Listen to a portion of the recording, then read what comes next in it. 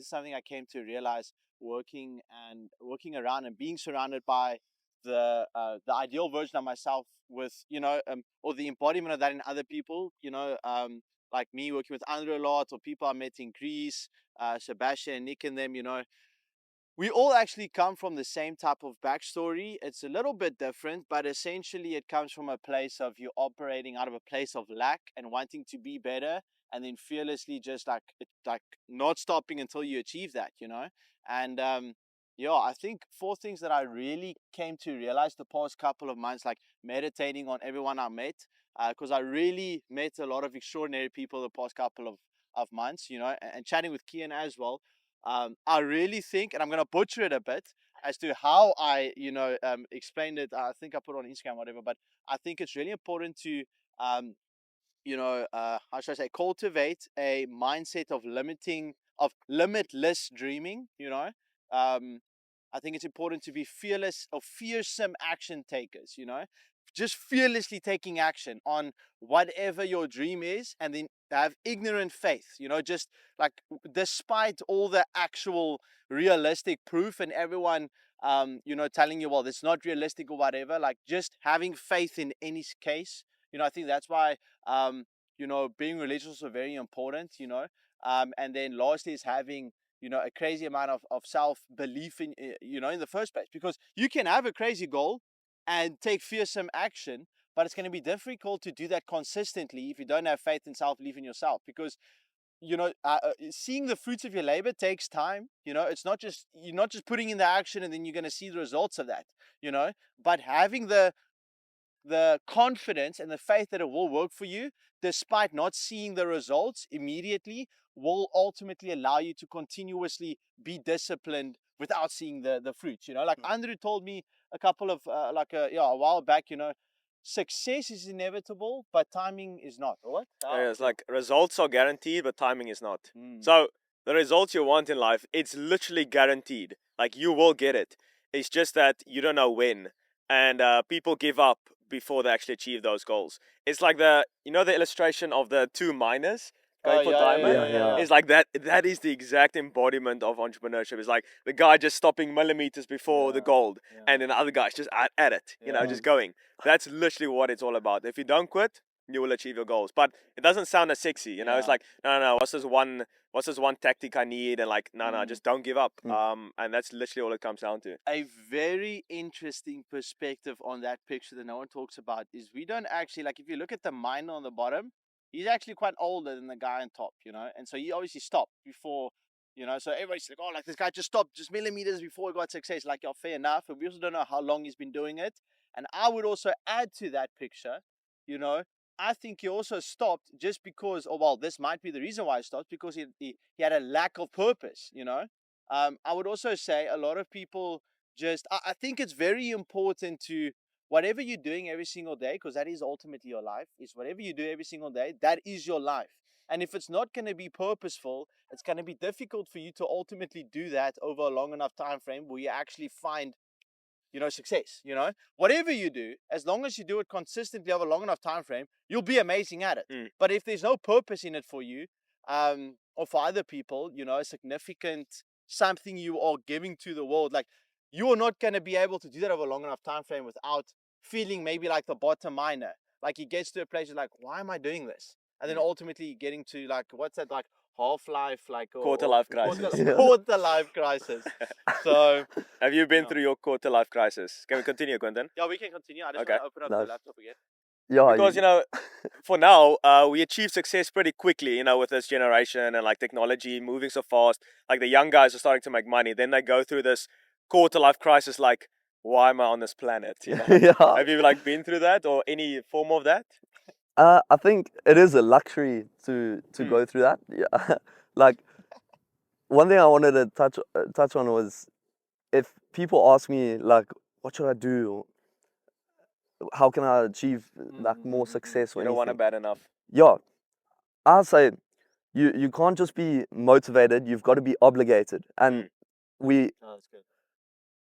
Andrew, what he did was he invested in a course, Easy Grow, and from Charlie Morgan, and that made him obligated to make the next payment. So he had to hustle, and he was just absolutely grinding when I first met him. And he was obligated to do it. So he replaced the motivation or whatever it was with That's good. obligation. Yeah, that's good. I love it. Like, Yeah. I wasn't motivated at all. I was just like, if I don't make this happen, I'm dead, yeah? Like, Yeah, it's literally. game over. Like, what do you mean? Bro, I'm just reminiscing with these horses behind, yeah. Yes, That was Like, beautiful, I eh? wish I could Yo. turn the camera around. Yeah. Yeah. So, what I want to also say on that is, if you like want to figure it out, you want to start building a life for yourself. Stop living off of other people. If you want to go and become an entrepreneur, and if say you want money, then cut yourself off from your parents or anything like that.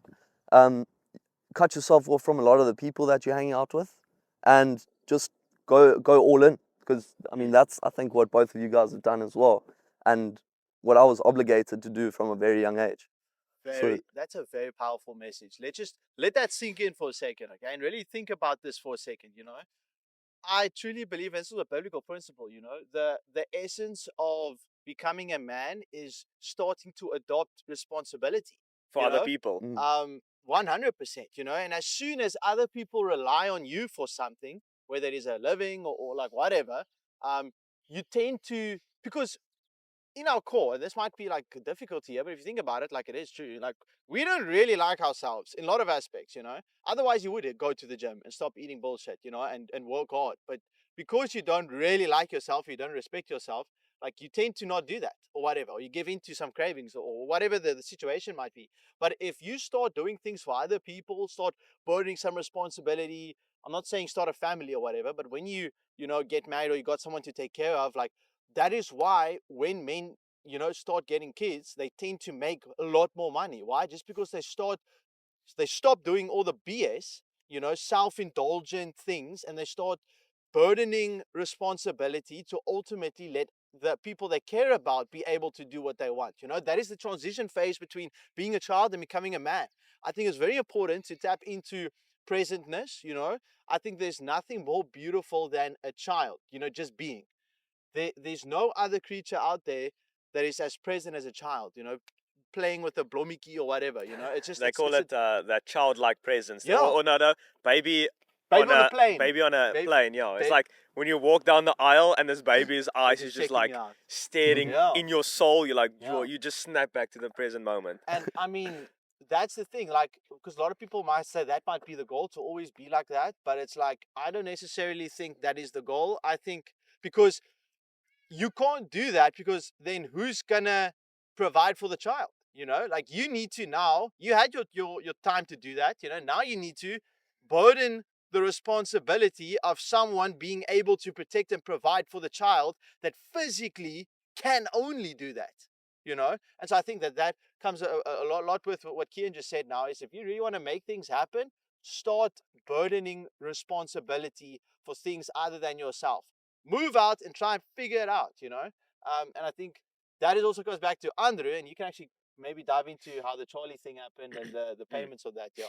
Yeah. So I only had enough money to make 1 month's payment. I think two, like 1.5 or something like that. So we split it up into 6 installments. So I literally only had money for 1 month. And the crazy thing is, my first month I made $12,600. So my very first month of starting Outreach. So that just goes to show, How if did you make before that? How much did you make before that? like $1,000 a month. So it was like a 12x increase in my income in 30 days.